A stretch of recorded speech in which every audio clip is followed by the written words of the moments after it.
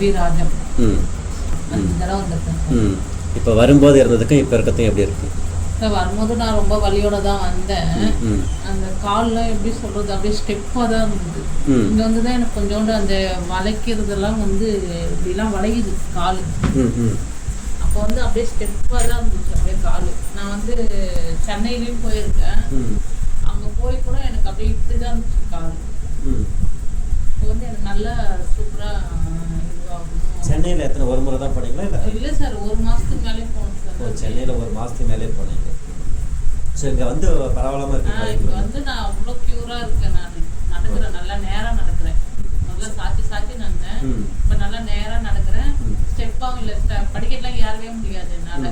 இப்போ வந்து நான் படிக்கட்டெலாம் ஏறுறேன், இறங்குறேன். ஓகே. பிபி அந்த இது மாதிரி இதெல்லாம் அதெல்லாம் வந்து எனக்கு அதிகமாகவே இருந்துச்சு. பிபி வந்து அதிகமாக தான் இருந்துச்சு. இங்கே வந்தோடனே குறைஞ்சிட்டு நேற்று முன்னாடி தான் போனேன். போயிட்டு மறுபடியும் எல்லா டெஸ்ட் எடுத்தேன். எல்லாமே நார்மலாக வந்துச்சு. சுகர்லாம் அதிகமாக இருக்குன்னாங்க. சுகர் எல்லாமே அதிகமாக இருக்குது, கொலஸ்ட்ரால் அதிகமாக இருக்குன்னாங்க. ஈசிடி வந்து உனக்கு இதுவாக இல்லைம்மா, அப்புறம் ஹார்ட் வந்து கொஞ்சம் ப்ராப்ளம் தான் அப்படின்னாங்க. இப்போ நான் மறுபடியும் போயிட்டு இங்கே டெஸ்ட் இங்கே வந்துட்டு ஒரு 3 நாள் கழிச்சு தான் அங்கே போய் டெஸ்ட் எடுத்தேன்.